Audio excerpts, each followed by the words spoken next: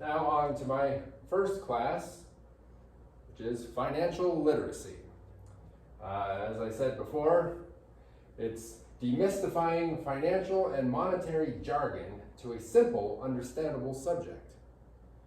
So all that stuff we go through, basically filling out any type of loan application, credit application, talking to a lender, mortgage broker, they have all this financial jargon that's in there and interest rates and numbers and the amortization schedule and it can be confusing to adults. And they're these big numbers or they're big words, but they're not, they break down to something usually fairly simple, mathematical, but adds up. And then there's nothing to be intimidated or afraid about if you kind of know what it is, because it's kind of always the same thing when you get through it. So this is a 4-week course, 1-hour sessions. I've opened to 13 to 17 years of age.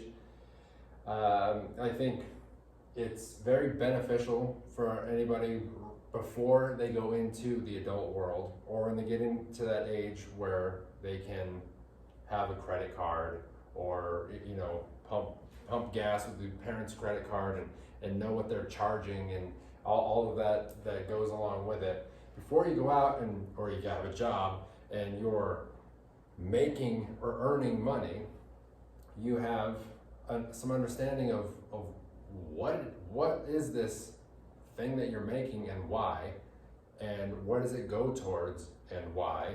So how does the financial system work? What are the basics of it to navigate? So by the end of the 4 weeks, your student should understand debt and credit, loans and interest, which all kind of go hand in hand with each other, but why do they go hand in hand? So getting into debt is because most likely you have good credit. And if you have good credit, then you got a loan. And a loan creates debt. And then when you have that debt, usually you have to make a payment back on that loan, and it's charged with interest. Well, what is interest? Well, we'll go over all of that and you can understand what that is. And then the difference between money and fiat currency. I don't know if anyone knows this. Do you know which one we use right now? Right now in our system, any idea? Money or fiat currency? How many people say money? Yeah, it's money, right? Everyone. How many say fiat currency? What is that? That's actually what we use right now. We don't use money. We use fiat currency, and we have since 1971 with President Nixon, and we'll go into a bit of that in this class and understand why and what happened of why we use fiat currency technically right now, and it's not money. And of course, everyone's favorite, taxes.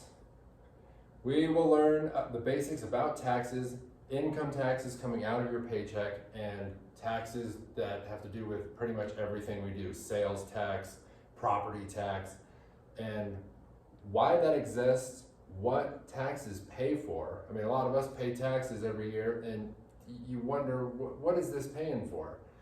Well, we'll understand that a little bit more from this class and get at least a basic understanding of what taxes are about. We'll also fill out a sample loan application.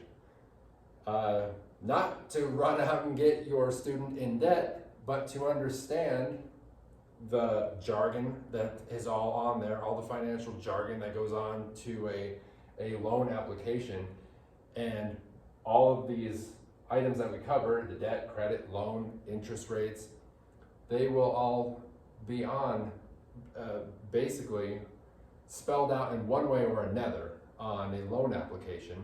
And then of course there's the fine print on a credit card loan application in the back. All that stuff that we never read that has those horrendous interest rates if you don't pay. We're going to go over that and go over some examples so you can understand that where credit cards could be beneficial and they can be something that really boosts your credit and helps you out, Or they could be your worst nightmare, where a lot of people say don't use credit cards because they get into these situations. And what are these situations, and what's responsible use and what's irresponsible with a credit card? We'll go over some examples and run that scenario. So that is financial literacy basics. And if there's any questions from this point, like I said, we'll go in depth quite a bit throughout the 4 weeks, and your student should understand all of the items here in blue at the bottom by the end of the class. It's a great question. The question was, what is the primary teaching style? Is it lecture-based, or how do we go about that? And for us, obviously we have the Prezi for visuals. We can go through examples, pictures, videos. It's great. Pictures speak 1,000 words. So that's amazing. And then of course for teaching, I like to use the Socratic method of questioning, letting the students, we set up a series of questions, like I asked you guys, the difference between money and fiat currency, and let that discussion begin. And that way you're leading the class with your questions, and there's a lot more engagement and involvement that way. And then I'm just a guide that guides us along the path to what the possible answers are, and it engages the thinking, the thought process, and visual process a lot more. It's a great question. Any other questions?